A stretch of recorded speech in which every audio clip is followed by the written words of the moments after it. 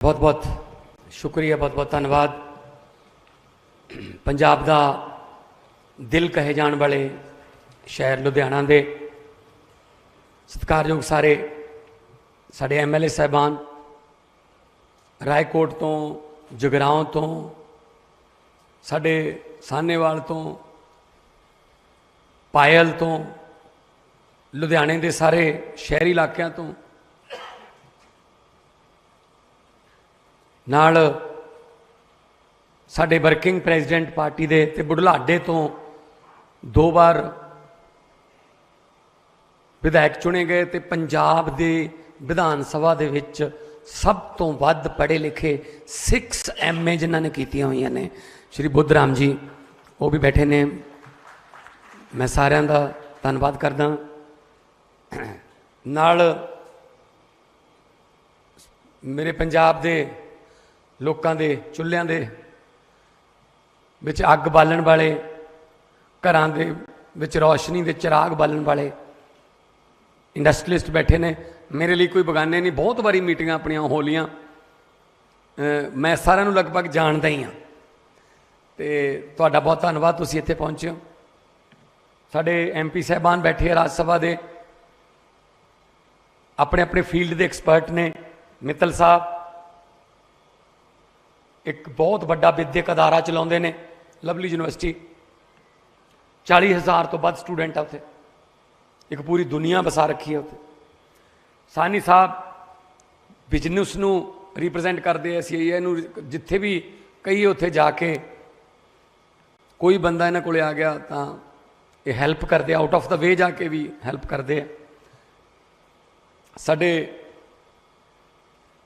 Young राज सभा के member Raghav चड्डा जी, अज कितनी हो गई 15, बस अगले हफ्ते इन्हों की जिम्मेवारियां काफ़ी बदन वालियां ने। नहीं, पार्टी वालों असीं कुछ नहीं कर रहे, इन्हों की कोई जिम्मेवारी नहीं बढ़ा रहे, निजी जे जिम्मेवारियां बदन लगियां ने। सो एक बार जोरदार ताड़ियां, नवा ब्याह दियां एडवांस बधाइयां दिंदे हां असीं सो चड्डा साहब नूं। नाल संजीव अरोड़ा जी तुहाडे अपने ने, तुहाडे अपने चों निकले हुए ने। अनुराग वर्मा जी चीफ सैकटरी पंजाब, थापर दे इंजीनियरिंग कॉलेज तो गोल्ड मैडलिस्ट, तो इंडिया दे विचों 7वां रैंक आया सी जिस वेले इन्होंने IAS की सी। बहुत काबिल अफसर ने, तुसीं जानदे हो सारे। तेजवीर जी बैठे हैं, सैकटरी पावर है। कैप सिन्हा बैठे हैं, मेरे सारे अफसर साहबान बैठे हैं। तो वो मेरी डिसीजन मेकिंग टीम है, मैं नाल लेके आया क्योंकि कई डिसीजन इत्थे मौके पर लेने पै जाते हैं। सब तो वध मैं धन्नवाद करदा, एक साडे चशमदीद गवाह आए ने, वो चैक करन आए ने कि जिहड़ियां मैं गारंटियां दित्तियां सी, मैं उदों नाल हुंदा सी, गारंटियां दे रहे सी, की उन्हां गारंटियां ते कोई काम हो रहा है। बतौर चीफ गैसट भी ते बतौर चशमदीद गवाह श्री अरविंद केजरीवाल जी, ये 2 दिनों तो पंजाब च ने। परसों स्कूल ऑफ एमीनेंस का उद्घाटन होया, कमाल का शानदार स्कूल पहला पंजाब का बन के तैयार। उस तो बाद अगले दिन अमृतसर दे इंडस्ट्रीलिस्टां नाल मीटिंग हुई, कल रात जलंधर, अज तुहाडे कोले, इस तो बाद शाम नूं मोहाली। ना तुसी कोई धरना लाया, ना ही कोई मंग पत्र दिता है, ना ही कोई डिमांड की है कि साडे नाल मिलनी क्यों नहीं करते। ये असी तुहानूं कहा यार काफ़ी दिन हो गए मिलिया नूं, आ जाओ मिल के बैठीए, तो असी कुछ बनाया खाका तुहाडे सजैशन चों ही, तो वो तुहानूं दस दिए। सो असी इसे करके चीफ सैकटरी साहब नूं पहले ही वो पढ़ाता जिहड़ियां 57 तुहानूं सहूलतां दित्तियां ने, ताकि तुहाडे कईयां दे सवाल जिहड़े ने वो उस च जवाब मिल जाए। जे किते जनाब जी बोल रहे सी, जे किते कल वाली स्पीच ना सुनी हुंदी भी किहड़ियां फैसिलिटियां दे रहे ने, 4 घरों लेके आए सी बना के, जे कल वाली स्पीच ना हुंदी 40 हुंदियां। पर क्योंकि उस स्पीच दे विच ਜਿਹੜੀ ਪ੍ਰੋਗਰਾਮ ਹੈ ਜਿਹੜਾ ਉਹਦੇ ਵਿੱਚ ਸਾਰਾ ਕੁਝ ਕਵਰ ਕਰ ਲਿਆ ਸੀ, ਛੋਟੇ ਤੋਂ ਛੋਟਾ ਵੱਡੇ ਤੋਂ ਵੱਡਾ। ਸਲਾਹ ਲਈ ਹੈ ਸਾਰਿਆਂ ਤੋਂ, ਮਿਲਦਾ ਰਹਿਣਾ ਮੈਂ ਸਾਰਿਆਂ ਨੂੰ, ਮੇਰੇ ਨਾਲ ਸਾਰੇ ਬੈਠੇ ਨੇ। ਦੇਖੋ ਇੰਡਸਟਰੀ ਜਿਹੜੀ ਆ ਉਹ ਦੋ ਚੀਜ਼ਾਂ ਕਰਕੇ ਵਿਸ਼ਵਾਸ ਕਰਦੀ ਹੈ ਗੌਰਮੈਂਟ ਤੇ। ਇੱਕ ਤਾਂ ਜੇ ਉਹਦੇ ਫਰੈਂਡਲੀ ਪਾਲਿਸੀ ਬਣ ਜੇ, ਦੂਸਰਾ ਉਹ ਪਾਲਿਸੀ ਲਾਗੂ ਹੋ ਜੇ ਤੇ ਹਰਾਸ਼ਮੈਂਟ ਖੱਜਲ ਖੁਆਰੀਆਂ ਦਫ਼ਤਰਾਂ 'ਚ ਨਾ ਹੋਣ, ਤਾਂ ਇੰਡਸਟਰੀਲਿਸਟ ਜਿਹੜਾ ਉਹ ਗੌਰਮੈਂਟ ਨੂੰ ਪਿਆਰ ਕਰਨ ਲੱਗ ਜਾਂਦਾ ਕਿ ਇਹ ਸਾਡੀ ਗੌਰਮੈਂਟ ਹੈ। ਉਹ ਨਾਲ ਦੇ ਫਿਰ ਕਿਸੇ ਐਗਜ਼ੀਬਿਸ਼ਨ 'ਤੇ ਜਾਂਦੇ ਆ, ਕਿਤੇ ਹੋਰ ਟੂਰ 'ਤੇ ਜਾਂਦੇ ਆ, ਉਹ ਕਹਿੰਦੇ ਆਓ ਸਾਡੇ ਕੋਲ ਆਓ ਯਾਰ, ਆਪਣੀ ਗੌਰਮੈਂਟ ਆ ਉੱਥੇ। ਜਦੋਂ ਮੁੱਖ ਮੰਤਰੀ ਦੇ ਦਫ਼ਤਰ 'ਚੋਂ ਫੋਨ ਜਾਵੇ, ਤੁਸੀਂ ਇੱਕ ਫੋਨ ਕਰੋ ਕਿਸੇ ਸਮੱਸਿਆ ਲਈ, ਤੁਹਾਨੂੰ ਵਾਪਸ 3 ਆਉਣ ਅਲੱਗ-ਅਲੱਗ ਡਿਪਾਰਟਮੈਂਟਾਂ ਦੇ ਕਿ ਤੁਸੀਂ ਫੋਨ ਕੀਤਾ ਸੀ ਜੀ, ਹੋ ਗਿਆ ਜੀ ਕੰਮ, ਉਹ ਅਸੀਂ ਰਿਪੋਰਟ ਕਰਨੀ ਹੈ ਜੀ, ਤਾਂ ਫਿਰ ਇੰਡਸਟਰੀ ਵਿਸ਼ਵਾਸ ਕਰਦੀ ਹੈ ਜੀ ਕਿ ਹਾਂ ਲੱਗੇ ਹੋਏ ਨੇ, ਠੀਕ ਹੈ। ਤਾਣਾ ਬਾਣਾ ਉਲਝਿਆ ਕਾਫੀ ਸਾਲਾਂ ਦਾ, ਪਰ ਕੋਈ ਨਹੀਂ, ਸੁਲਝਾ ਲਾਂਗੇ। ਜਿਸ ਤਰ੍ਹਾਂ ਕਿਹਾ ਗਿਆ ਬੁਲਾਰਿਆਂ ਵੱਲੋਂ ਵੀ ਕਿ ਪੰਜਾਬੀ ਜਿਹੜੇ ਨੇ, ਸਚਿਤ ਜੀ ਬੋਲ ਰਹੇ ਸੀ, ਪੰਜਾਬੀ ਜਿਹੜੇ ਨੇ ਉਹ ਹਾਰਡ ਵਰਕਿੰਗ ਹੈ, ਸਕਿਲਡ ਹੈ। ਜੇ ਆਪਾਂ ਠੇਠ ਪੰਜਾਬੀ 'ਚ ਕਹਿਣੇ ਹੋਈਏ ਵੀ ਜਗਾੜੂ ਹਾਂ ਆਪਾਂ ਪੂਰੇ। ਕੋਈ ਵੀ ਚੀਜ਼ ਇਸ ਤਰ੍ਹਾਂ ਕਿਹਾ ਕਿ ਰਿਫਲੈਕਟਰ ਉਹਨੇ ਤਾਂ ਬਣਦਾ ਸੀ ਚਾਈਨਾ 'ਚੋਂ, ਜਰਮਨੀ ਗਏ, ਮੈਂ ਗਿਆ, ਮੈਂ ਉਸ ਕੰਪਨੀ 'ਚ ਗਿਆ ਹੋਇਆ, ਉਹ ਵੀ ਕਹਿੰਦੇ ਸੀ, ਕਹਿੰਦੇ ਇੰਡੀਆ ਨਾਲ, ਇੰਡੀਅਨ ਕਿਸੇ ਉਹਦੇ ਨਾਲ ਅਸੀਂ ਜੁਆਇੰਟ ਵੈਂਚਰ ਨਹੀਂ ਕਰਨਾ, ਅਸੀਂ ਧੋਖੇ ਬਹੁਤ ਖਾ ਲਏ, ਬਹੁਤ ਵੱਡੀਆਂ ਵੱਡੀਆਂ ਜਰਮਨੀ ਦੀਆਂ ਕੰਪਨੀਆਂ ਨਾਲ ਇੱਥੇ ਧੋਖੇ ਹੋ ਗਏ। ਉਹ ਕਹਿੰਦੇ ਨਹੀਂ ਅਸੀਂ ਨਹੀਂ ਜਾਂਦੇ। ਫਿਰ ਦੂਜੇ ਵੀ ਡਰ ਜਾਂਦੇ ਆ ਵੀ ਐਂ ਹੋਊਗਾ। ਤੁਸੀਂ ਕਿਹਾ ਨਹੀਂ, ਹੁਣ ਬਦਲ ਗਿਆ ਮਾਹੌਲ, ਐ ਨਾ ਕਰੋ, ਤੁਸੀਂ ਇੱਕ ਵਾਰੀ ਟਰਾਈ ਤਾਂ ਕਰਕੇ ਦੇਖੋ। ਠੀਕ ਹੈ, ਦਿਲ ਟੁੱਟ ਗਿਆ, ਪਰ ਜੋੜਨ ਦਾ ਮੌਕਾ ਤਾਂ ਦਿਓ ਨਾ। ਤਾਂ ਜਦੋਂ ਦੁਬਾਰਾ ਇੱਥੇ ਆਏ ਤੇ ਉਹੀ ਦੁਬਾਰੇ ਹੁਣ ਹੋਰ ਕੰਪਨੀਆਂ ਵੀ ਕਹਿੰਦੇ ਇੱਥੇ ਹੀ ਲਾਵਾਂਗੇ, ਵਿਸ਼ਵਾਸ ਬਣ ਗਿਆ, ਇਹਨੂੰ ਵਿਸ਼ਵਾਸ ਕਹਿੰਦੇ ਆ। ਸੋ ਮੈਂ ਆ ਜਿਹੜੀਆਂ ਫੈਸਿਲਿਟੀਆਂ ਅਸੀਂ ਦੇ ਰਹੇ ਹਾਂ, ਇਹ ਕੋਈ ਇੰਨੀਆਂ ਨਹੀਂ, ਇਹ ਕੋਈ ਲਾਸਟ ਨਹੀਂ ਹੈਗੀਆਂ। ਤੁਸੀਂ ਪਾਲਿਸੀ ਨੂੰ ਇਸਤੇਮਾਲ ਕਰਕੇ ਦੇਖੋ, ਉਹ ਤੋਂ ਬਾਅਦ ਫਿਰ ਕੋਈ ਦਿੱਕਤਾਂ ਆਈਆਂ ਫਿਰ ਦੁਬਾਰੇ ਉਹਦੇ ਚੇਂਜ ਕਰ ਲਾਂਗੇ। ਕੋਈ ਇਹ ਥੋੜੀ ਹੈ ਜੋ ਲਿਖਤਾ ਪੱਥਰ ਤੇ ਲਕੀਰ ਥੋੜੀ ਹੈ। ਗੱਡੀਆਂ ਨੂੰ ਵੀ ਚੈੱਕ ਕਰਦੀ ਹੈ ਕੰਪਨੀ। ਹਰੇ ਵੱਡੀਆਂ ਵੱਡੀਆਂ ਕੰਪਨੀਆਂ ਜਦੋਂ ਗੱਡੀਆਂ ਬਣਾਉਂਦੇ ਨੇ ਤਾਂ ਆਪਣੀ ਫੈਕਟਰੀ ਦੇ ਵਿੱਚ ਕੰਧ 'ਚ ਮਾਰ ਕੇ ਦੇਖਦੇ ਉਹਨਾਂ ਨੂੰ ਕਿ ਕਿੰਨੇ ਕਿਲੋਮੀਟਰ ਦੀ ਸਪੀਡ ਤੇ 에ਅਰ ਬੈਗ ਖੁੱਲ੍ਹਦਾ, ਤੇ ਫਿਰ ਓਕੇ ਟੈਸਟਡ ਦਾ ਜਦੋਂ ਐਨ ਪ੍ਰੋਪਰ ਹੁੰਦਾ ਫਿਰ ਉਹ ਪਬਲਿਕ ਦੇ ਵਿੱਚ ਕਰਦੇ। ਇਸੇ ਤਰ੍ਹਾਂ ਹੀ ਆਪਾਂ ਪਾਲਿਸੀ ਹੈ, ਤੁਸੀਂ ਇਸਤੇਮਾਲ ਕਰ ਲਓ। ਉਹ ਆਉਂਦੀ ਨਹੀਂ ਐਡ, ਇੱਕ ਪਹਿਲੇ ਇਸਤੇਮਾਲ ਕरें ਫਿਰ ਵਿਸ਼ਵਾਸ ਕरें, ਉਹ ਵਾਲੀ ਕਰੋ। ਤੁਸੀਂ ਪਹਿਲਾਂ ਇਸਤੇਮਾਲ ਕਰੋ ਫਿਰ ਵਿਸ਼ਵਾਸ ਕਰਿਓ। ਸਾਡੀ ਕੋਈ ਐਸੀ ਦੁਰਭਾਵਨਾ ਨਹੀਂ ਕਿ ਅਸੀਂ ਇੰਡਸਟਰੀਲਿਸਟ ਨੂੰ ਕੋਈ ਚੋਰ ਕਹਿੰਦੇ ਹਾਂ ਜਾਂ ਕੋਈ ਤੋਂ ਉਹਨੂੰ ਨਿਚੋੜ ਲਓ ਜਿੰਨਾ ਨਿਚੋੜਨਾ, ਉਹ ਨਹੀਂ ਸਾਡਾ ਮਕਸਦ ਹੈ। ਇੰਡਸਟਰੀਲਿਸਟ ਜਿਹੜਾ ਹੈ ਉਹ ਟੈਕਸ ਵੀ ਦਿੰਦਾ ਗੌਰਮੈਂਟ ਨੂੰ ਡਾਇਰੈਕਟ, ਤੇ ਨਾਲ ਬੇਰੁਜ਼ਗਾਰਾਂ ਨੂੰ ਨੌਕਰੀ ਵੀ ਦਿੰਦਾ ਡਾਇਰੈਕਟ ਐਂਡ ਇਨਡਾਇਰੈਕਟ। ਉਹਦੇ ਕਰਕੇ ਕਿੰਨਾ ਕੁਛ ਹੋਰ ਚੱਲਦਾ ਹੈ, ਕਿੰਨੀ ਜਿਹੜੀ ਦੀਵੇ ਨਾਲ ਜੋਤ ਜਗਦੀ ਹੈ। ਜਿੰਨੇ ਵੀ ਹੁਣ ਅੱਜ ਮਸਲੇ ਆਏ ਨੇ, ਬਿਜਲੀ ਬੋਰਡ ਨਾਲ ਸੰਬੰਧਿਤ ਨੇ, ਲੋਕਲ ਗੌਰਮੈਂਟ ਨਾਲ ਸੰਬੰਧਿਤ ਨੇ, ਕੁਝ ਸੁਝਾਅ ਬਹੁਤ ਵਧੀਆ ਆਏ ਨੇ। ਇੱਕ ਜਿਹੜਾ ਮੈਂ ਸੋਚ ਰਿਹਾ ਸੀ ਹੁਣ ਬੈਠਾ ਇਹ ਜਿਹੜਾ ਇਹ ਤੇ ਮੈਂ ਹੁਣ ਲੱਗਦਾ ਕੱਲ੍ਹ ਤੋਂ ਮੈਂ ਕੰਮ ਕਰਨ, ਸ਼ਾਇਦ 6 ਮਹੀਨੇ ਲੱਗ ਜਾਣ ਇਹਨੂੰ ਇੰਪਲੀਮੈਂਟ ਕਰਦੇ ਨੂੰ, ਸ਼ਾਇਦ ਸਾਲ ਲੱਗ ਜੇ। ਸਹਿਯੋਗ ਚਾਹੀਦਾ ਤੁਹਾਡਾ। ਜਦੋਂ ਤੁਸੀਂ ਜਰਮਨੀ ਤੋਂ ਤੁਹਾਡੇ ਪਾਰਟਨਰ ਆਉਂਦੇ ਨੇ ਇੱਥੇ, ਤਾਂ ਉਹ ਪ੍ਰੋਡਕਸ਼ਨ ਯੂਨਿਟ ਦੇਖਣ ਜਾਂਦੇ ਨੇ, ਲੈ ਕੇ ਤੁਸੀਂ ਜਾਂਦੇ ਹੋ ਉਹਨੂੰ ਮਰਸਡੀਜ਼ 'ਚ, BMW 'ਚ, ਪਰ ਜਾਂਦੇ ਜਾਂਦੇ ਥੋੜਾ ਦਿਲ ਨੂੰ ਨਾ ਧੁੜਕੂ ਜਿਹਾ ਲੱਗਿਆ ਹੁੰਦਾ, ਯਾਰ ਸੜਕ ਬਹੁਤ ਖਰਾਬ ਹੈ ਫੋਕਲ ਪੁਆਇੰਟ ਦੀ, ਇਹ ਕੀ ਸੋਚੂਗਾ ਯਾਰ। ਉਹਨੂੰ ਆਏ ਜ਼ਿਗਜ਼ੈਗ ਕਰਕੇ ਲੈ ਕੇ ਜਾਂਦੇ। ਉਹ ਕਹਿੰਦਾ ਯਾਰ ਇੱਥੇ ਹੈ ਤੁਹਾਡੀ ਫੈਕਟਰੀ ਕਿਤੇ। ਇਹ ਜਿਹੜਾ ਨਾ ਫੋਕਲ ਪੁਆਇੰਟ ਦੀਆਂ ਤੇ ਸੈਕਟਰ ਜਿਹੜਾ ਇੰਡਸਟਰੀਅਲ ਪਾਰਕ ਜਾਂ ਇੰਡਸਟਰੀਅਲ ਸੈਕਟਰ ਜਿਹੜਾ ਉਹਦੀਆਂ ਜਿਹੜੀਆਂ ਸੜਕਾਂ ਇੱਕ ਵਾਰੀ ਐਸੀਆਂ ਬਣਾ ਦਈਏ 15 ਸਾਲ ਉਹਨਾਂ ਨੂੰ ਬਣਾਉਣ ਦੀ ਲੋੜ ਨਾ ਪਵੇ। ਤੇ ਨਾਟ ਓਨਲੀ ਫॉर ਲੁਧਿਆਣਾ, ਸਾਰੇ ਫੋਕਲ ਪੁਆਇੰਟ ਦਿੱਲੀ 'ਚ ਕੀਤਾ ਸੀਗਾ। CM ਸਾਹਿਬ ਨੇ ਦਿੱਲੀ 'ਚ ਸਾਰੇ ਫੋਕਲ ਪੁਆਇੰਟ ਦੀਆਂ ਲਾਈਟਾਂ, ਸੀਵਰੇਜ ਤੇ ਸੜਕਾਂ ਵੀ ਸਾਰੀਆਂ ਨਵੀਆਂ ਬਣਾ ਦਿਓ। ਪਰ ਉਹ ਦਿੱਲੀ ਹੈ, ਕਿਉਂਕਿ ਉੱਥੇ ਚੰਗਾ ਕੰਮ ਕਰਨ ਤੋਂ ਰੋਕਦੇ ਨੇ। ਉਹ LG ਨੇ ਕੋਈ ਫਾਈਲ ਦੇ ਵਿੱਚ ਡਿੱਕਾ ਲਾਤਾ, ਪਰ ਆਪਣੇ ਕੋਲ ਕੋਈ ਇੱਦਾਂ ਦੀ ਪ੍ਰੋਬਲਮ ਨਹੀਂ, ਆਪਾਂ ਇਹ ਇੰਪਲੀਮੈਂਟ ਕਰ ਸਕਦੇ ਹਾਂ। ਹੁਣ ਇਹਦੇ ਵਿੱਚ ਤੁਹਾਡਾ ਸਹਿਯੋਗ ਚਾਹੀਦਾ ਹੋਊਗਾ ਮੈਨੂੰ, ਕਿ ਜਿੱਥੇ ਇੰਡਸਟਰੀ ਹੈ, ਚਾਹੇ ਉਹ ਕੱਲੀ ਇੰਡਸਟਰੀ ਇੱਕ ਹੈ, ਉਹਨੂੰ ਵੀ ਸੜਕ ਜਾਂਦੀ ਹੋਵੇ, ਸ਼ਾਨਦਾਰ ਲਾਈਟਿੰਗ ਹੋਵੇ। ਤੇ ਨਾਲ ਹੁਣ ਲਾਅ ਐਂਡ ਆਰਡਰ ਕਰਕੇ ਤੁਸੀਂ ਕਿਹਾ ਸੀ, ਤਾਂ ਅਸੀਂ ਇੰਡਸਟਰੀ ਦੇ ਵਿੱਚ, ਏਰੀਏ ਦੇ ਵਿੱਚ, ਫੋਕਲ ਪੁਆਇੰਟਾਂ ਦੇ ਵਿੱਚ ਚੌਂਕੀਆਂ ਪੁਲਿਸ ਦੀਆਂ ਸਪੈਸ਼ਲੀ ਤੁਹਾਡੇ ਲੇਬਰ ਲਈ, ਤੁਹਾਡੇ ਲਈ, ਜਾਂ ਕੋਈ ਇਸ ਤਰ੍ਹਾਂ ਦਾ ਕੋਈ ਸਨੈਚਿੰਗ ਜਾਂ ਕੋਈ ਰਾਤ ਨੂੰ ਲੇਬਰ ਜਾਂਦੀ ਹੈ ਵਾਪਸ, ਕੋਈ ਇਸ ਤਰ੍ਹਾਂ ਦਾ ਹੋਵੇ, ਤਾਂ ਇੰਡਸਟਰੀਅਲ ਚੌਂਕੀਆਂ ਪੁਲਿਸ ਦੀਆਂ ਅਸੀਂ 6 ਲੁਧਿਆਣੇ ਨੂੰ ਅਸੀਂ ਜਿਹੜੀਆਂ ਉਹ ਕਰਤੇ ਹਾਂ। ਹਫ਼ਤੇ ਦੇ ਵਿੱਚ ਨੋਟੀਫਿਕੇਸ਼ਨ ਹੋ ਕੇ ਤੇ ਉਹ ਆ ਜਾਣਗੇ ਉੱਥੇ ਜੀ।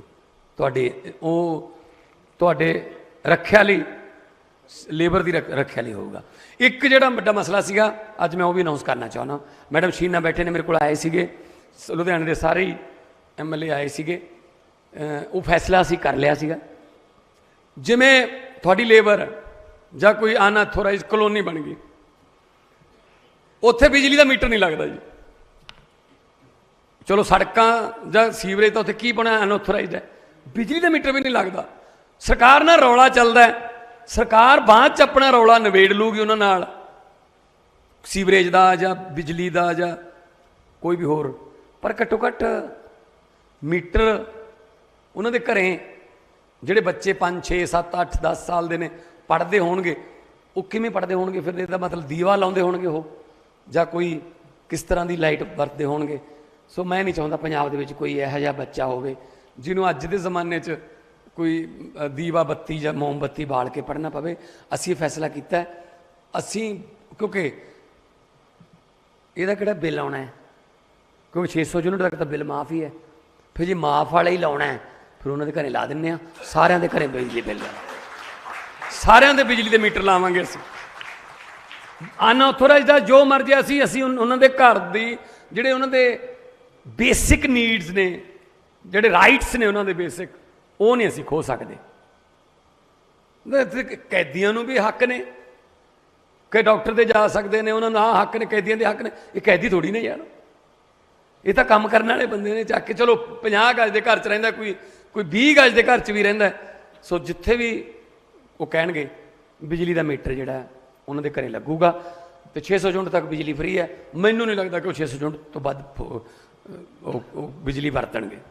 ਸੋ ਇਸ ਕਰਕੇ ਨੰਬਰ 2 ਤੇ ਮੈਂ ਮਿਲਦਾ ਰਹਿੰਦਾ ਸੀ, ਜਦੋਂ ਅਹੂਜਾ ਸਾਹਿਬ ਵੀ ਅਕਸਰ ਮਿਲਦੇ ਰਹਿੰਦੇ ਆ, ਕਿਤੇ ਸਮਿਟ ਤੇ ਕਿਤੇ। ਵੱਡੀ ਪ੍ਰੋਬਲਮ ਸੀ ਕਿ ਜਦੋਂ ਬੇਸਮੈਂਟ ਤੁਸੀਂ ਪੱਟਣੀ ਹੈ, ਕਹਿੰਦੇ ਮਾਈਨਿੰਗ ਹੈ, NGT ਕਹਿੰਦੀ ਮਾਈਨਿੰਗ ਹੈ। ਚਲੋ NGT ਦੇ ਰੂਲ ਨੇ, ਫੋਲੋ ਕਰਨੇ ਪੈਂਦੇ। ਫਿਰ 143 ਰੁਪਏ 5 ਰੁਪਏ ਪਰ ਕਿਊਬਿਕ ਫੀਟ ਉਹਦਾ ਪੈਸੇ ਦਿਓ।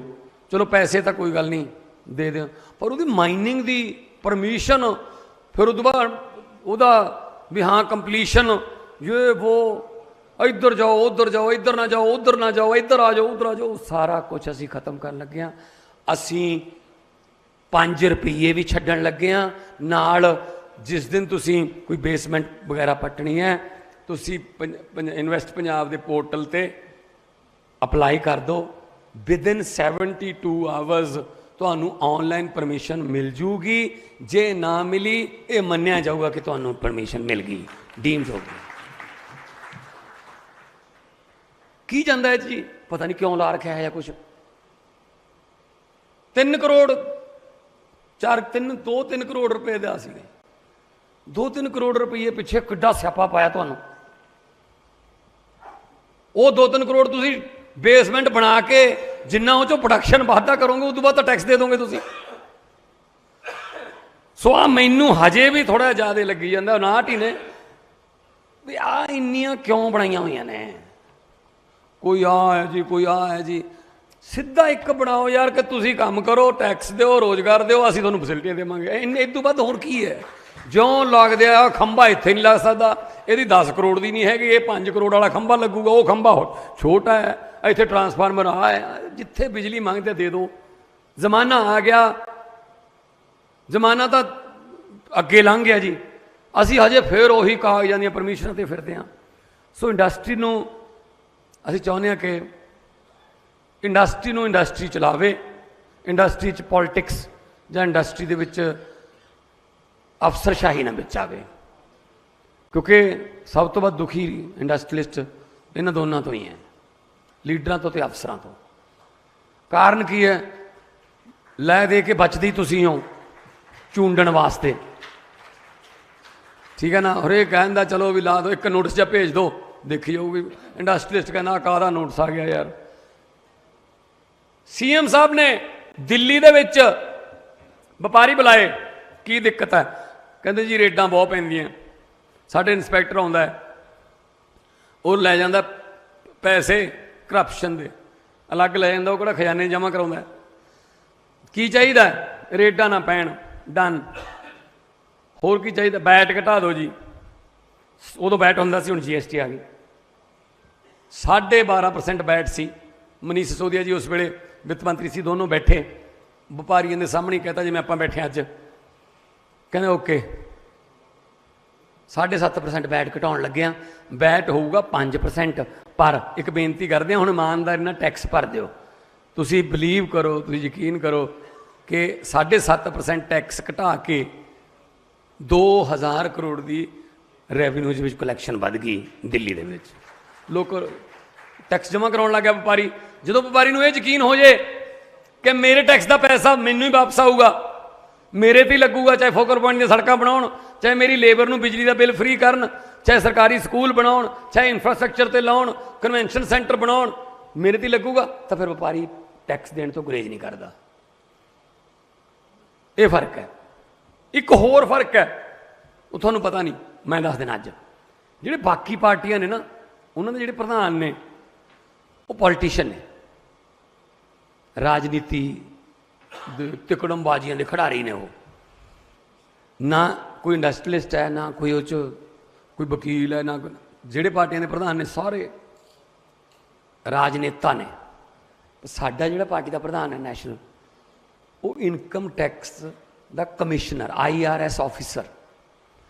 इनकम टैक्स तो तुसीं सारे जानते होंगे, कहते इनकम टैक्स के डिपार्टमेंट का चपड़ासी नहीं मान हुंदा, ये तो फिर कमिश्नर सी। ते नाले इनकम टैक्स में सारा कुछ पता हुंदा है, पैसा कित्थों आउंदा ते कित्थे जांदा है।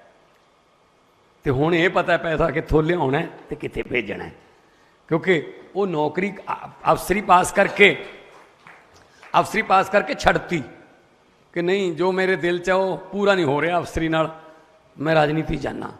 एडा वड्डा रिस्क बहुत घट बंदे लेंदे, बहुत घट। जिन्होंने एड्डी वड्डी अफसरी मिल गई, कित्थे छड्डदा जी अगला। सो राजनीति चाहे तो बड़िया बड़िया लीडरां दे, बड़िया बड़िया पार्टियां दे मैनीफेस्टो बदल के रखते जी। पहलां कदे स्कूलों की गल करती सी कोई कंपनी, कोई पार्टी, पहलां कदे एजुकेशन की, हैल्थ की, मुहल्ला क्लीनिक गल करते सी कोई, पहलां कदे बिजली की गल करता सी कोई, पहलां तुहाडे नाल बिजनेस मीट करता सी कोई। हाँ, एक कर लेंदे सी बड़ा सारा, उत्थे बुला लेंदे सी, वो दुबई तो लिया के लातियां खजूरां, तुसीं भी गए होंगे उदों, खजूरां दुबई तो लिया के लातियां। हाँ, ये तेरा दरख्त हुंदा ही नहीं पंजाब च, कित्थों आ गया। कहते जी ये पंजाब का बहुत बड़ा सम्मेलन हो रहा है। बाद च मैं किते उधर नूं जावां, बठिंडे कन्नू खजूरां सारियां बादल पिंड च लगियां होईयां हुण। मैं कहा इत्थे कित्थे हो गई खजूरां बई? वो कहते उही नहीं हिमालय वालियां, वो तोरी में खजूरां भी नहीं छड्डियां, होर तां की छड्डना है। उन्हां नालों उन्होंने आप जेड़े जदों आप जेड़ा लीडर है ना, जिस देश का राजा व्यापारी, उस देश की जनता भिखारी।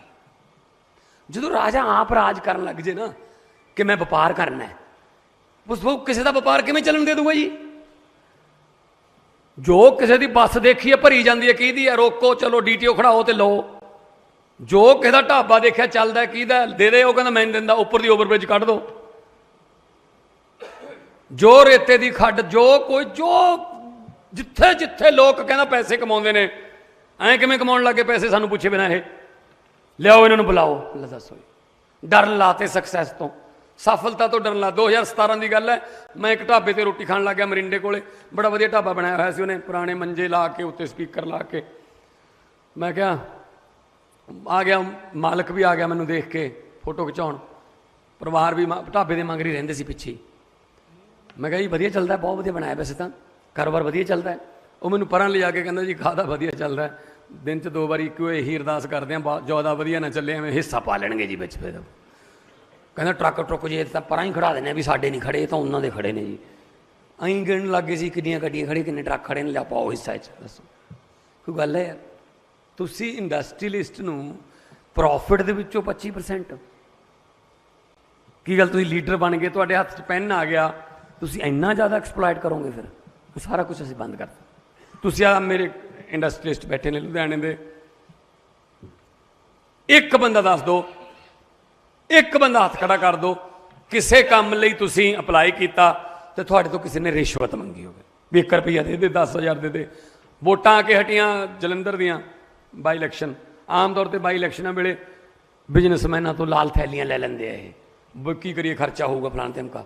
एक बंदा दस दो लुधियाने का जिन्हों ये कहा होवे असीं कि पैसे दे दो जी, साडी असीं इलैक्शन लड़नी है। जदों असीं पैसे तां उन्होंने हरा ही नहीं सकते, हरा ही प्यार च सकते हैं, वो साडे कोल हैगा, फिर वह खजाना साडे कोल सब तो वड्डा है। सो इस करके असीं जिहड़ा करदाता है उन्हों अन्नदाता है, उन्हों असीं स्टेट का परिवार का मैंबर मानते हैं। असीं तुहानूं अज मैंबर के तौर पर, परिवार के मैंबर के तौर पर असीं मिलण आए हैं। ये मिलनियां चलदियां रहणगियां, हर 3-4 महीने बाद इदा बैठा करांगे।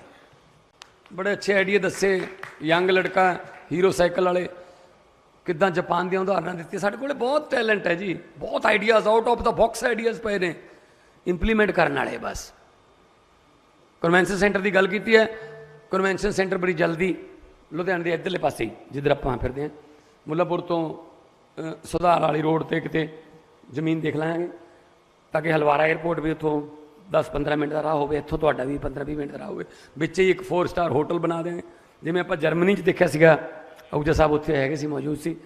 तो इदा कन्वेंशन सेंटर असीं बनावांगे। जे PPP मोड च बनाना, वो भी तुहाडे नाल गल कर लांगे, तुसीं बना लिओ, असीं तुहानूं प्रोवाइड करवा देंगे। तो उस तो बाद जो भी उहदा टर्म्स एंड कंडीशनस ने, वो आपां डिसाइड कर लांगे। तो हलवारा बड़ी जल्दी, हलवारे तो फ्लाइटां शुरू होणगियां दिल्ली नूं, हिंडन की हुई है, जिस तरह कहा कि गाजियाबाद तो फिर इधर आना पैंदा है, पर कोई नहीं, क्योंकि दिल्ली एयरपोर्ट की परमिशन बहुत मुश्किल मिलती है, बहुत ज़्यादा ट्रैफिक उत्थे होगी, इस करके नवे जिहड़े रूट ने उन्होंने हजे वो अलाउ नहीं कर रहे, पर असीं एविएशन मिनिस्ट्री नाल इन टच हाँ। सो बिल गेट्स ने कहा, कहंदा भी I am not university topper, but पूरी दुनिया के यूनिवर्सिटी टॉपर जिहड़े ने वो मेरे अंडर काम करते हैं। सो साडे कोले दिमाग हैगे ने, साडे कोले क्रिएटिविटी है। यंग लड़का जिहड़ा खड़ा होया सी, उन्हें इत्थे काम शुरू कर लिया इसे उम्र च ही।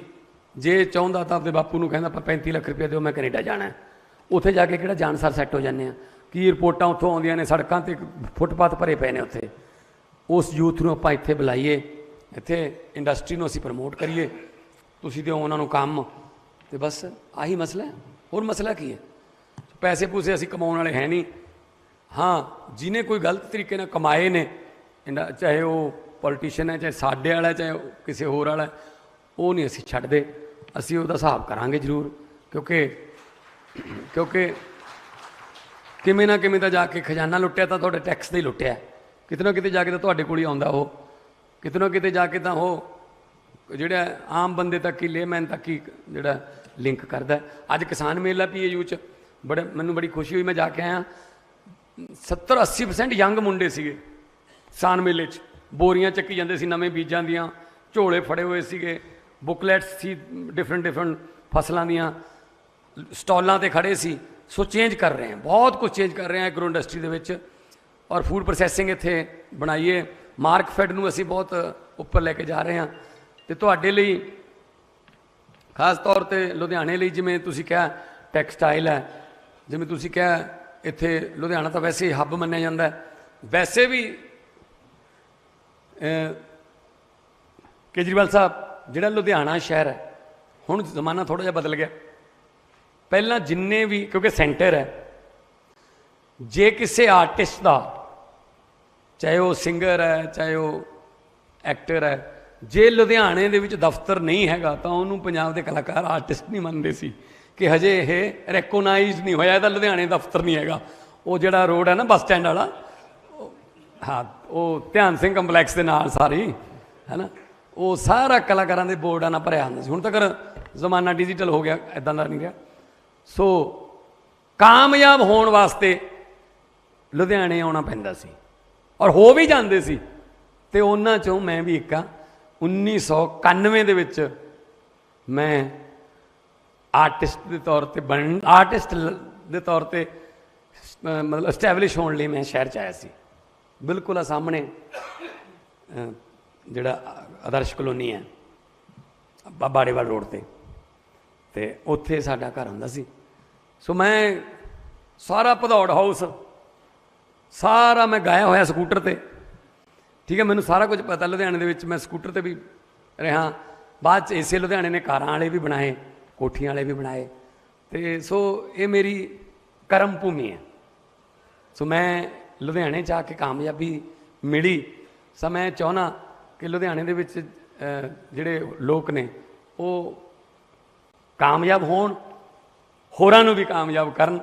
ਸੋ ਤੁਸੀਂ ਇੰਡਸਟਰੀ ਦੇ ਤੌਰ 'ਤੇ ਜੋ ਚਾਹੀਦਾ ਸਾਡੇ ਨਾਲ ਗੱਲ ਕਰੋ। ਤੁਹਾਡਾ ਕੋਈ ਅਫਸਰ ਤੁਹਾਨੂੰ ਟਾਈਮ ਨਹੀਂ ਦੇ ਰਿਹਾ ਜਾਂ ਕੋਈ ਹੋਰ ਆਲਟਰਨੇਟਿਵ ਅਸੀਂ ਦਿੱਤੇ ਹੋਏ ਨੇ, ਫ਼ੋਨ ਨੰਬਰ ਦਿਓ, ਜਾਂ ਜਿਵੇਂ ਤੁਸੀਂ ਅੱਜ ਪੜ੍ਹਾਏ ਨੇ ਸੁਜੈਸ਼ਨ, ਉਹ 'ਤੇ ਲਿਖ ਦਿਓ। ਜ਼ਰੂਰ ਕੋਈ ਨਾ ਕੋਈ ਤੁਹਾਨੂੰ ਕੰਮ ਬੈਕ ਅਸੀਂ ਜਿਹੜਾ ਕਾਲ ਬੈਕ ਕਰਾਂਗੇ। ਅਤੇ ਬਾਕੀ ਪਹਿਲੀ ਵਾਰ ਇਹ ਹੋਇਆ ਕਿ CMO ਜਿਹੜਾ ਉਹ ਸਾਰਿਆਂ ਲਈ ਖੁੱਲ੍ਹਾ ਹੈ। ਤੁਸੀਂ ਕੱਲ੍ਹ ਨੂੰ ਵੀ ਆਉਣਾ ਚਾਹੋ, ਉੱਥੇ ਆ ਕੇ ਫ਼ੋਨ ਕਰ ਲਓ ਕਿ ਮੈਂ ਚੰਡੀਗੜ੍ਹ ਆਇਆ ਹੋਇਆ ਸੀ ਜੀ, ਮੈਂ ਸੋਚਿਆ ਘੰਟਾ ਕੁ ਹੈਗਾ, ਮੁੱਖ ਮੰਤਰੀ ਨੂੰ ਮਿਲ ਚੱਲੀਏ। ਤਾਂ ਜੇ ਮੈਂ ਉੱਥੇ ਹੋਊਂਗਾ ਮੈਂ ਕਹੂੰਗਾ ਆਓ ਚਾਹ ਪੀਏ ਜੋ। ਸੋ ਇਹ ਪਹਿਲਾਂ ਵਾਲਾ ਕੰਮ ਨਹੀਂ ਹੈਗਾ ਕਿ ਅਫਸਰਾਂ ਨੂੰ ਵੀ ਨਹੀਂ ਮਿਲਣ ਦਿੱਤਾ ਜਾਂਦਾ। ਅਫਸਰ ਵੀ ਨਹੀਂ ਅਫਸਰਾਂ ਨੂੰ ਮਿਲਿਆ ਨੂੰ 6-6 ਮਹੀਨੇ ਹੋ ਜਾਂਦੇ ਸੀ ਉਹਨਾਂ ਨੂੰ। ਸੋ ਕੁੰਡੇ ਲਾ ਕੇ ਬਹਿ ਗਏ ਅੰਦਰੋਂ, ਜਿੱਤ ਕੇ ਵੋਟਾਂ 'ਚ ਅੰਦਰੋਂ ਕੁੰਡੇ ਲਾ ਲਏ। ਕਹਿੰਦੇ ਆਮ ਪਬਲਿਕ ਨਾ ਆ ਜੇ ਨੇੜੇ ਤੇੜੇ ਕਿਤੇ। ਅਤੇ ਜਦੋਂ ਲੋਕਾਂ ਨੂੰ ਪਤਾ ਲੱਗਿਆ ਅੰਦਰੋਂ ਕੁੰਡੇ ਲਾ ਲਏ, ਲੋਕਾਂ ਨੇ 2022 'ਚ ਉਹਨਾਂ ਦੇ ਬਾਹਰੋਂ ਲਾਤੇ। ਉਹ ਕਹਿੰਦੇ ਫਿਰ ਤੁਸੀਂ ਵੀ ਨਾ ਬਾਹਰ ਨਿਕਲ ਜਾਓ ਕਿਤੇ ਹੁਣ। ਸੋ ਬੈਠੇ ਨੇ ਸਾਰੇ ਆਪਦੇ ਆਪਦੇ ਘਰਾਂ 'ਚ ਹੁਣ, ਠੀਕ ਹੈ ਨਾ। ਇਹ ਸਾਰਾ ਤੁਹਾਡਾ ਪ੍ਰਤਾਪ ਹੈ ਜੀ, ਪਬਲਿਕ ਦਾ ਇਹ ਸਾਰਾ। ਕਿਉਂਕਿ ਪਬਲਿਕ ਹੈ, ਥੋੜ੍ਹਾ ਚਿਰ ਦੇਖਦੀ ਹੁੰਦੀ ਹੈ ਵੀ ਦੇਖਦੇ ਹਾਂ ਠੀਕ ਹੋ ਜੂ, ਨਹੀਂ ਤਾਂ ਫਿਰ ਹੋਰ ਬਦਲ ਲੈਂਦੇ ਆਪਾਂ। ਚੇਂਜ ਆ ਲਾਈਫ ਦਾ, ਜਿਹੜੀ ਹੈ ਚੇਂਜ। ਅੱਜ ਦੇ ਜ਼ਮਾਨੇ 'ਚ ਤਾਂ ਜਿਹੜਾ ਅੱਜ ਫੋਨ ਲੈ ਲਿਆ ਉਹ ਕੱਲ੍ਹ ਨੂੰ ਪੁਰਾਣਾ ਹੋ ਜਾਊਗਾ, ਉਹਦਾ ਕੱਲ੍ਹ ਨੂੰ ਮਾਡਲ ਹੀ ਪੁਰਾਣਾ ਹੋ ਜੂ ਕੱਲ੍ਹ ਨੂੰ ਦਾ। ਇੰਨਾ ਫਾਸਟ ਜ਼ਮਾਨਾ ਚੱਲ ਰਿਹਾ।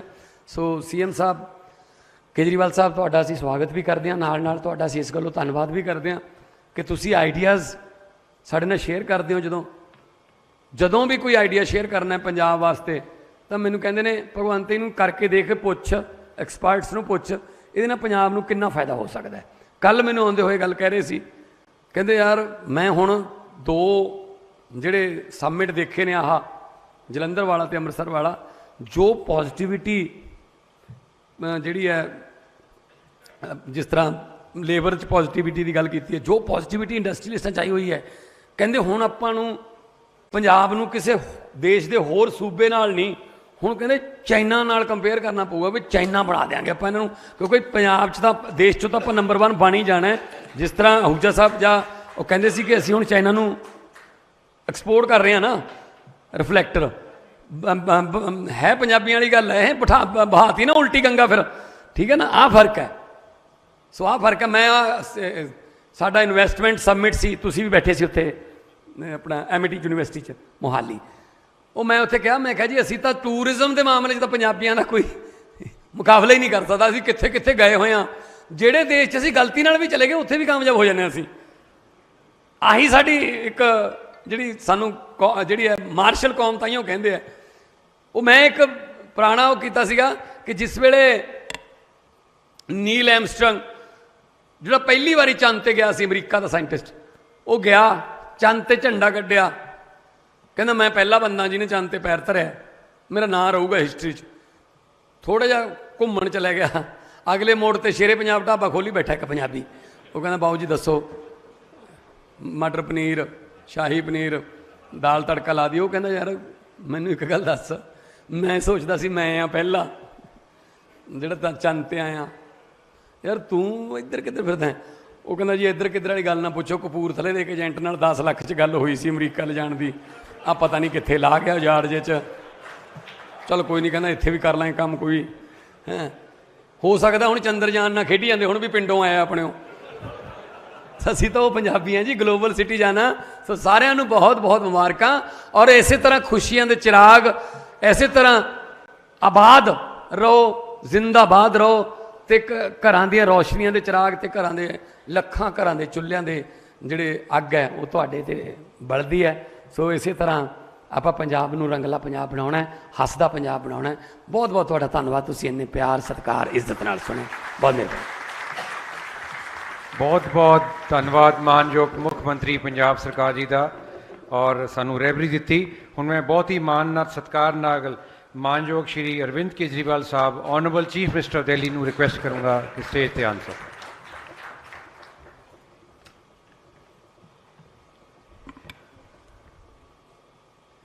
मंच पे बैठे हुए पंजाब के मानयोग मुख्यमंत्री श्री भगवंत मान साहब, हमारे सभी मेंबर्स ऑफ पार्लियामेंट, पंजाब के चीफ सेक्रेटरी, सभी ऑफिसर्स और लुधियाना के कोने कोने से आए हुए सभी इंडस्ट्रियलिस्ट्स, बिजनेसमैन, आप सब लोगों को मेरा नमस्कार, सबको सत श्री अकाल। हम लोग आज वोट मांगने नहीं आए। अक्सर पॉलिटिशियंस को जनता केवल चुनाव के पहले याद आती है, और पॉलिटिशियंस जनता के बीच में केवल और केवल वोट मांगने जाते हैं।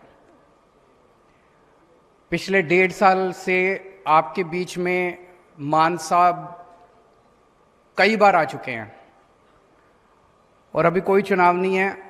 जालंधर का चुनाव था, वो ख़त्म हो चुका है। आज हम आपके बीच में आपके काम करने के लिए आए हैं, आपकी समस्याएं सुनने के लिए आए हैं, और आपके साथ कंधे से कंधा मिला के पंजाब का विकास करने के लिए आए हैं। आज हम वोट मांगने नहीं आए।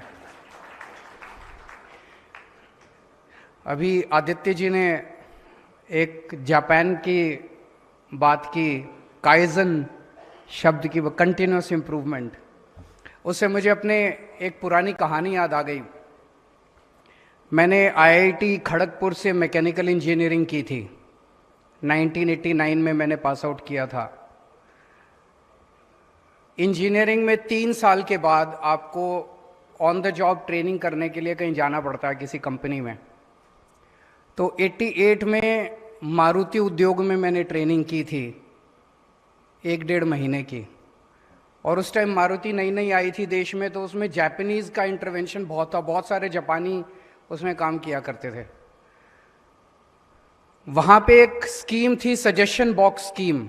जगह जगह बक्से लगे हुए थे और उस पर लिखा हुआ था सजेशन बॉक्स स्कीम। जापानियों का ये मानना था कि जो वर्कर शॉप फ्लोर पे काम कर रहा है, सबसे ज़्यादा उसको उसकी जानकारी है कि उस प्रोसेस को इम्प्रूव कैसे किया जा सकता है। बड़े बड़े मैनेजर, चेयरमैन, एमडी वगैरह, जितने जनरल मैनेजर हैं, उनको नहीं पता कि प्रोसेस को इम्प्रूव कैसे किया जा सकता है। जो सबसे नीचे एक वर्कर काम कर रहा है, उसको पता है कि अगर ये इम्प्रूवमेंट कर दें तो फैक्ट्री का इतना फायदा हो सकता है, या प्रोसेस को ऐसे बचाया जा सकता है, समय ऐसे बचाया जा सकता है। तो कोई भी उसमें सजेशन बॉक्स स्कीम में अपनी पर्ची डाल सकता था, और फिर उन पर्चियों को सबसे टॉप मैनेजमेंट जो है, सीएमडी वगैरह बैठ के उसको पढ़ते थे। किसी वर्कर ने भी अगर कोई पर्ची डाल दी तो उसको वो सीएमडी पढ़ता था, सीएमडी और टॉप के मैनेजर्स बैठ के पढ़ा करते थे, और फिर उसका आकलन होते थे। जिस वर्कर के सुझाव पे सबसे ज़्यादा बचत होती थी कंपनी को, उसको फिर कैश अवार्ड दिया जाता था। तो एक सुझाव पढ़ा जाता था उसमें। हम लोगों ने देखा है, जब हम लोग सरकारी दफ्तरों में जाते हैं, कई सरकारी दफ्तरों में इस तरह के बक्से दिखाई देते हैं, सुझाव पेटी लिखा होता है ना, सुझाव पेटी। उसमें आप डाल दो, कोई नहीं पढ़ता, खुलती नहीं है वो पेटी, महीने 2 महीने खुलती नहीं है। अगर भाई खुलती है तो कोई पढ़ता नहीं है उसको। अभी 1.5-2 महीने पहले भगवंत मान साहब ने अखबारों में बड़े बड़े ऐड देके एक नंबर जारी करा। उस नंबर पे उन्होंने कहा, भाई पंजाब के जितने व्यापारी हैं, जितने इंडस्ट्रियलिस्ट्स हैं, अगर आपके कोई सुझाव है तो आप अपने सुझाव दीजिए। जैसा कि अभी चीफ सेक्रेटरी साहब ने बताया, लगभग 1,500 सुझाव आए। ये जो भगवंत मान साहब का नंबर था, ये कोई मामूली ऐरी गैरी किसी सरकारी सुझाव पेटी नहीं है, ये जापानी सजेशन बॉक्स स्कीम है।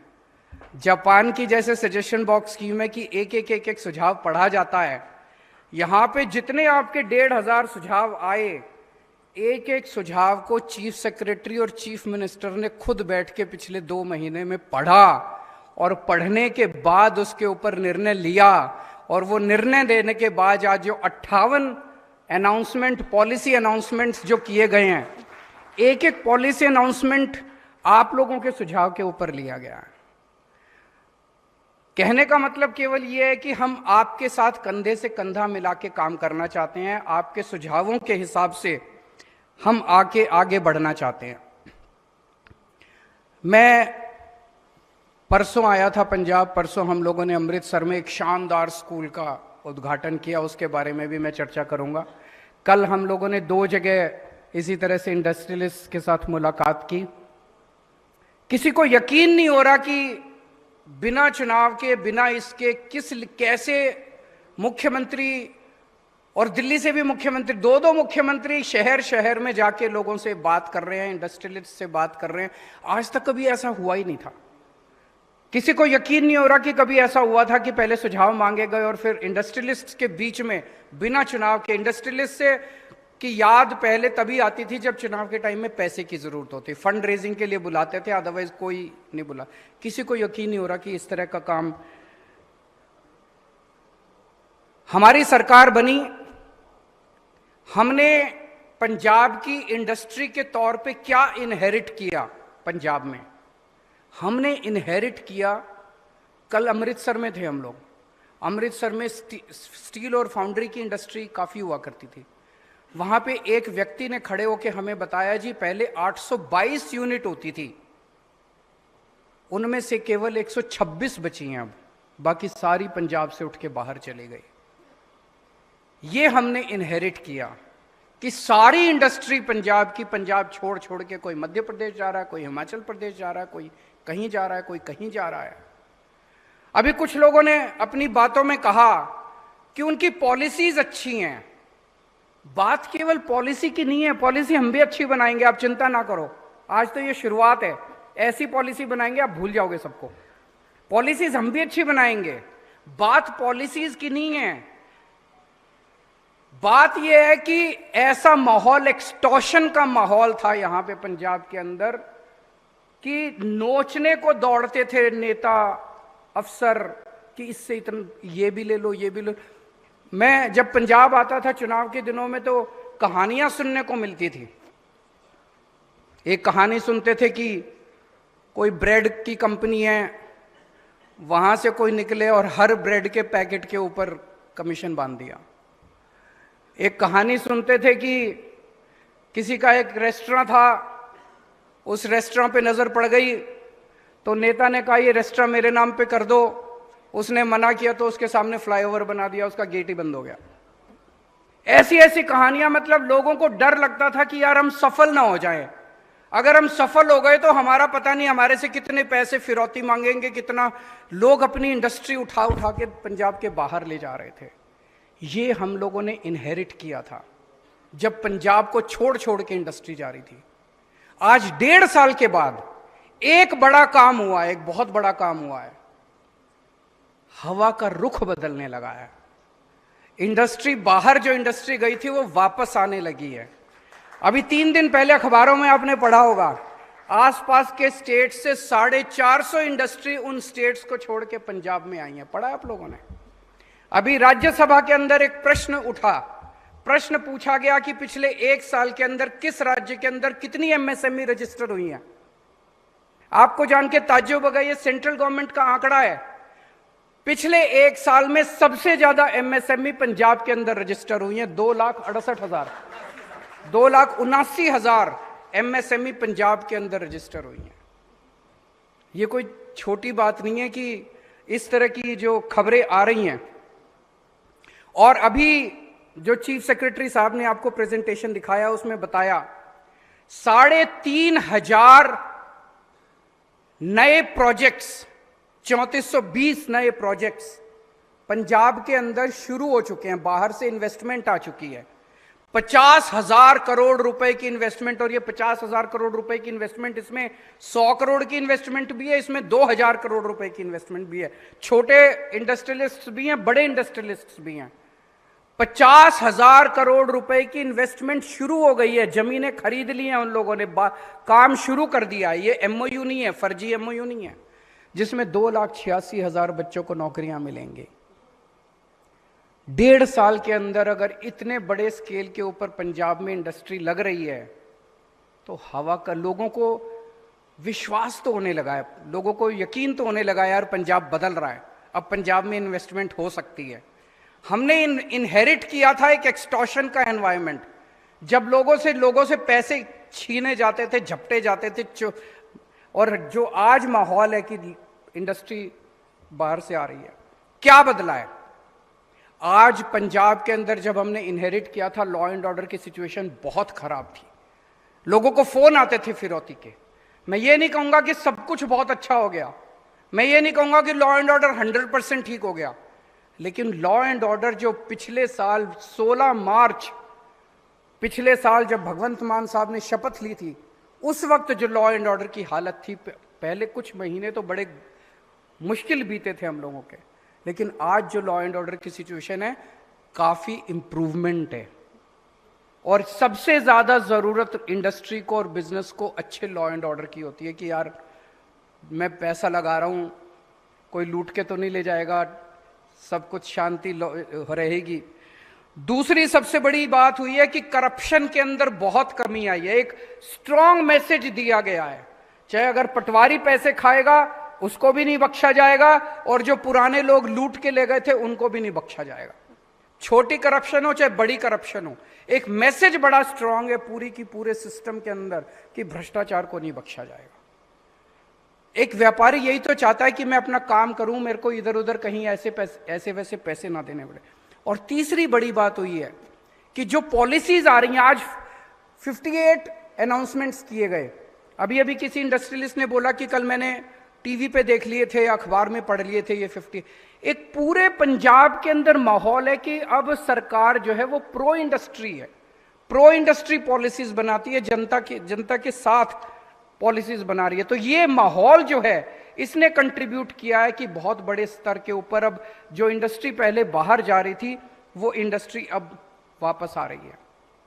और ये जितने सुझाव हैं ये घर बैठ के एसी में कमरे के अंदर दफ्तर के अंदर बैठ के नहीं होते, ये इसी तरह से आप लोगों के बीच में आके होते हैं। अभी जैसे हम बड़े खुश हो रहे थे, ग्रीन स्टैम्प पेपर जो वो लाए गए, मैंने पर्सनली, मैं पूरे देश के अंदर खूब घूमता हूं, जगह जगह मैं गया हूं, कई सरकारों ने सिंगल विंडो सिस्टम, कोई सिंगल विंडो नहीं होता, कहने को सिंगल विंडो होता है और उसके बाद कई विंडो होती हैं, मतलब चक्कर काट काट के आदमी का दिमाग खराब हो जाता है। ये ग्रीन स्टैम्प पेपर एक बड़ा रेवोल्यूशनरी और इनोवेटिव तरीका है सिंगल विंडो करने का।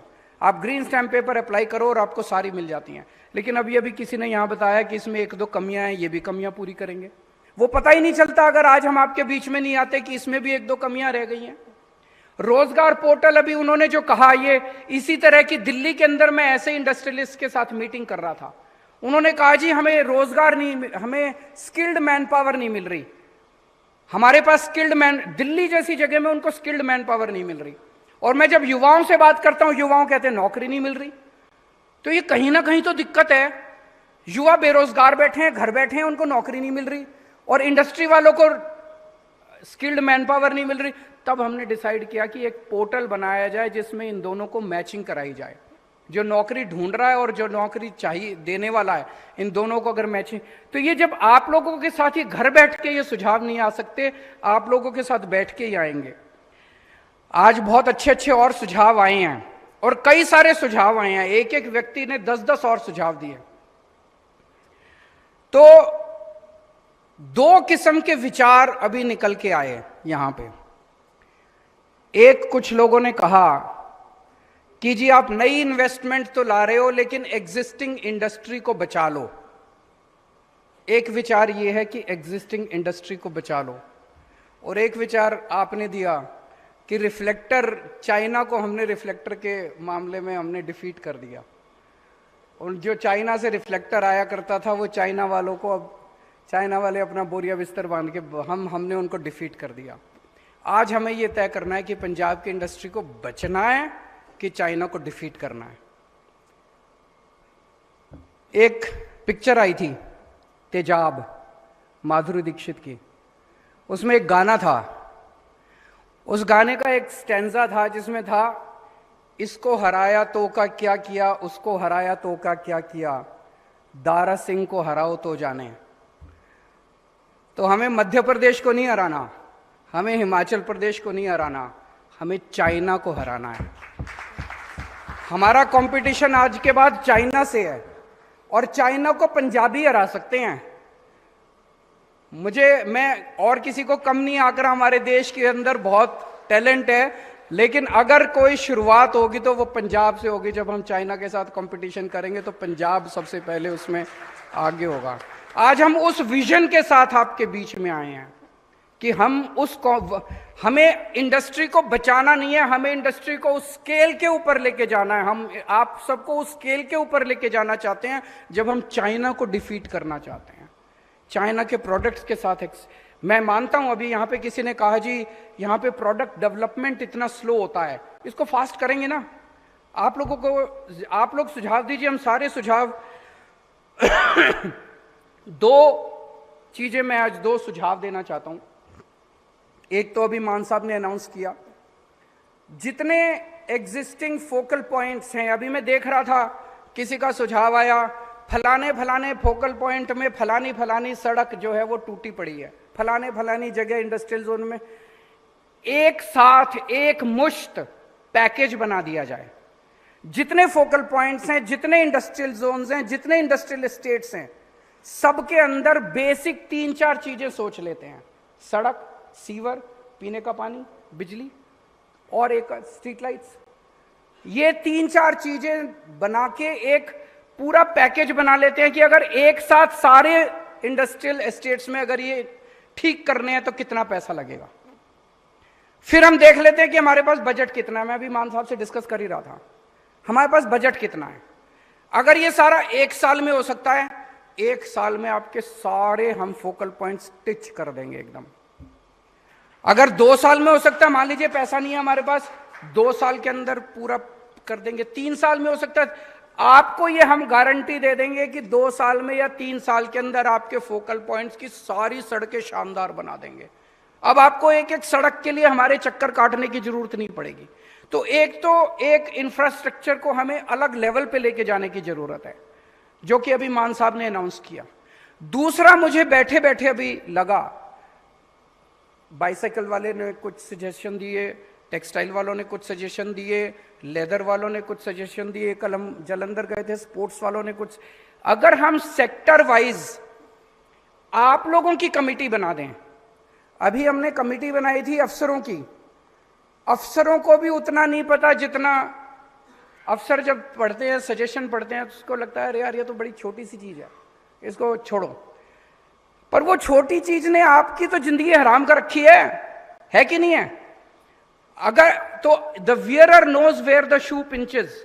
अगर हम सेक्टर वाइज 5-5, 10-10 इंडस्ट्रियलिस्ट्स की एक कमेटी बना दे जिसमें 1-2 अफसर इन्वॉल्व हों, और वो कंटिन्यूस बेसिस पे काम करेगी कमेटी, ऐसे नहीं कि वंस इन अ वाइल हमारा इंटरेक्शन होगा, महीने में एक बार मिलेंगे, आप 2 महीने में एक बार मिलेंगे। जितने आपके पॉइंट्स हैं वो सारे पॉइंट्स एक साथ एक बार में सरकार के नॉलेज में आए, अगली बार जब मिले, नई जो प्रॉब्लम आ रही हैं वो नई चीजें फिर सरकार सॉल्व करे। और ये प्रोसेस जो है सरकार के साथ आपके इंटरेक्शन का, it should not be once in a while or a one off process, it has to be a continuous process. मुझे लगता है ये होगा तभी हम लोग तभी हम लोग चाइना से compete कर पाएंगे। तो दूसरा मेरा ये सुझाव है कि एक task force her sector wise, leather की एक बना देते हैं, स्पोर्ट्स की एक बना देते हैं, टेक्सटाइल की एक बना देते हैं, बाईसाइकिल की एक बना देते हैं, अलग अलग सेक्टर वाइज हम लोग टास्क फोर्स बना सकते हैं, सब टास्क फोर्स बना सकते हैं। मैं बहुत खुश हूं कि आज भगवंत मान साहब जिस तरह से काम कर रहे हैं, पंजाब ने ऐसा सीएम, मैं ये नहीं कह रहा कि इसके पहले कोई बहुत अच्छे सीएम नहीं हुए, आजादी के बाद से पिछले 75 साल में बहुत अच्छे सीएम हुए हैं, लेकिन I think we can easily say that Bhagwant Mann is proving to be one of the best CMs that Punjab has produced so far. ये घर नहीं बैठता, 24 घंटे घूमता रहता है, 24 घंटे घूमता रहता है जनता के। अभी सवेरे सवेरे किसान मिल नहीं करके आया, अब ये सनतकार मिल नहीं कर रहा है। मैं समझता हूं कि जिस तरह से आप लोगों ने वीडियो देखे होंगे, अभी जब बाढ़ आई थी, बाढ़ के अंदर नॉर्मली क्या होता है, जब भी बाढ़ आती है मुख्यमंत्री, एक एसओपी है, एक पीआर, मुख्यमंत्री हेलीकॉप्टर में बैठता है, एक हेलीकॉप्टर का दौरा करके आता है, वीडियो डाल देता है और फिर ट्वीट करता है मैंने बाढ़ग्रस्त क्षेत्रों का दौरा किया। ये हेलीकॉप्टर में बैठ के नहीं गए, ये इन्होंने अपनी पैंट ऊपर करी और ये पानी में उतर गए, और पानी में उतर के ये एक्चुअली नाव में गांव गांव गए, और पता नहीं आपने वो वीडियो देखा कि नहीं देखा, ये एक्चुअली कई लोगों को अपनी नाव में बिठा के और उनको रेस्क्यू करा के लेके आए वापस। ऐसा मुख्यमंत्री मुझे नहीं लगता कि पंजाब ने कभी देखा है। अब जिस तरह से पंजाब के अंदर एजुकेशन का रेवोल्यूशन शुरू हुआ है, अभी जैसे आदित्य जी ने बताया, उनके एक वर्कर ने बताया, इस तरह से कई सारे स्कूलों में पहुंच गया, ये तो मुझे भी नहीं आइडिया था। लेकिन अभी अमृतसर के अंदर परसों हम एक स्कूल का उद्घाटन करके आए हैं, सरकारी स्कूल है। यहां आप लोग जितने लोग बैठे और आपके जितने लोगों के बच्चे लुधियाना के प्राइवेट स्कूलों में पढ़ते होंगे, आपके सबके बच्चे प्राइवेट स्कूलों में पढ़ते होंगे, मैं चैलेंज के साथ कह सकता हूं, आप प्लीज एक राउंड लगा के आइएगा अमृतसर में, जिस स्कूल को हमने उद्घाटन किया परसों, आपके बच्चे के स्कूल से कहीं ज्यादा शानदार स्कूल हमने सरकार ने बनाया अमृतसर के अंदर। और अगले कुछ सालों के अंदर पंजाब में 20,000 सरकारी स्कूल हैं, सारे स्कूलों को इतना शानदार कर देंगे। और अगले कुछ सालों के अंदर यहां बैठे हुए कई लोग अपने बच्चों को प्राइवेट से निकाल के सरकारी स्कूलों में भर्ती कराएंगे। मैं देख रहा था, जो रिसोर्सेज सरकार के साथ हैं, पास हैं, वो रिसोर्सेज प्राइवेट के पास नहीं है। जितनी जमीन हमारे पास है, सरकार के पास है एक स्कूल बनाने के लिए, प्राइवेट वालों के पास उतनी जमीन नहीं है। हमने वो कल जो स्कूल देखा, उसमें अलग से एक बास्केटबॉल ग्राउंड था, अलग से एक आर्चरी वो था, अलग से इतनी फैसिलिटीज और इतना शानदार स्कूल, सारे स्मार्ट क्लासरूम, और सबसे बड़ा सर्टिफिकेट वो स्कूल अच्छा है वो इस बात का था, जितने टीचर वहां पढ़ाते हैं, अक्सर टीचर, सरकारी स्कूलों के टीचरों को आजकल अच्छी तनख्वाह मिलती है। टीचर अपने बच्चों को तो पढ़ाते हैं प्राइवेट में, लेकिन पढ़ाने खुद नौकरी करने जाते हैं सरकारी में। मैं कई टीचर्स से मिला जिन्होंने अब अपने बच्चों को प्राइवेट, बेस्ट प्राइवेट स्कूल जो थे अमृतसर के, वहां से निकलवा के उस सरकारी स्कूल में भर्ती कराया। अब अपने को 20,000 स्कूल ऐसे करने हैं। पंजाब में मोहल्ला क्लिनिक बनने शुरू हो गए, गांव गांव के अंदर अब मोहल्ला क्लिनिक लेके मॉडल बन गया है, 650 बन गए हैं। अब कोई मुश्किल नहीं है, 650 मल्टीप्लाइड बाय 3000 4000 जितने भी बनेंगे, अब एक मॉडल बन गया है। अब जितने डिस्ट्रिक्ट हॉस्पिटल्स हैं, सिविल हॉस्पिटल्स हैं, उनका खाका तैयार कर रहे हैं मान साहब। एक लगभग 40 ऐसे हॉस्पिटल्स हैं। पहले 5 या 6 हॉस्पिटल्स को शानदार बनाएंगे, सेंट्रली एयर कंडीशनड, सारी मशीनें काम कर रही हैं, दवाइयां मिल रही हैं, डॉक्टर आ रहे हैं, और एक बार 4-5 हॉस्पिटल तैयार हो गए, उसके बाद मल्टीप्लाइड बाय 40, सारे 40 के 40 हॉस्पिटल तैयार कर आपके लिए शानदार हेल्थ इंफ्रास्ट्रक्चर पंजाब के अंदर तैयार करेंगे। दिल्ली में किया हमने, दिल्ली में जितने सरकारी अस्पताल है शानदार बन गए हैं। इसी तरह से करप्शन को खत्म करके, अब पहले घाटे में चल रहा था, मान साहब अक्सर मजाक में कहते थे कि खजाना खाली है। खजाना खाली थोड़ी है, वो तो पीपा है, पीपा खाली है। अब उसको खजाने को ना केवल भर रहे हैं, उसके खजाने का जो मुंह था वो पहले इन नेताओं के घर की तरफ होता था, वो खजाना अब आपकी तरफ हो गया है। आपकी बिजली फ्री हो रही है, आपकी सड़कें बन रही है, आपका तो बहुत सारे काम हो रहे हैं। अंत में बस इतना कहना चाहूंगा कि पुरानी सरकारों ने बिजनेसमैन को, इंडस्ट्रियलिस्ट्स को चोर की निगाहों से देखा। उन्हें लगता था पता नहीं क्या चोरी कर ली इन लोगों ने, चोर हैं ये। हम आपको अपना पार्टनर मानते हैं, हम आपको अपना भाई मानते हैं, हम आपको पंजाब की तरक्की में बराबर कंधे से कंधा मिला के आपके साथ चलना चाहते हैं। और मुझे पूरी उम्मीद है, सपना हमें बड़ा रखना है, विजन हमें बड़ा रखना है, हमें compete करना है तो चाइना के साथ compete करना है। और मुझे पूरी उम्मीद है पंजाबी ये करके दिखा सकते हैं। बहुत बहुत शुक्रिया।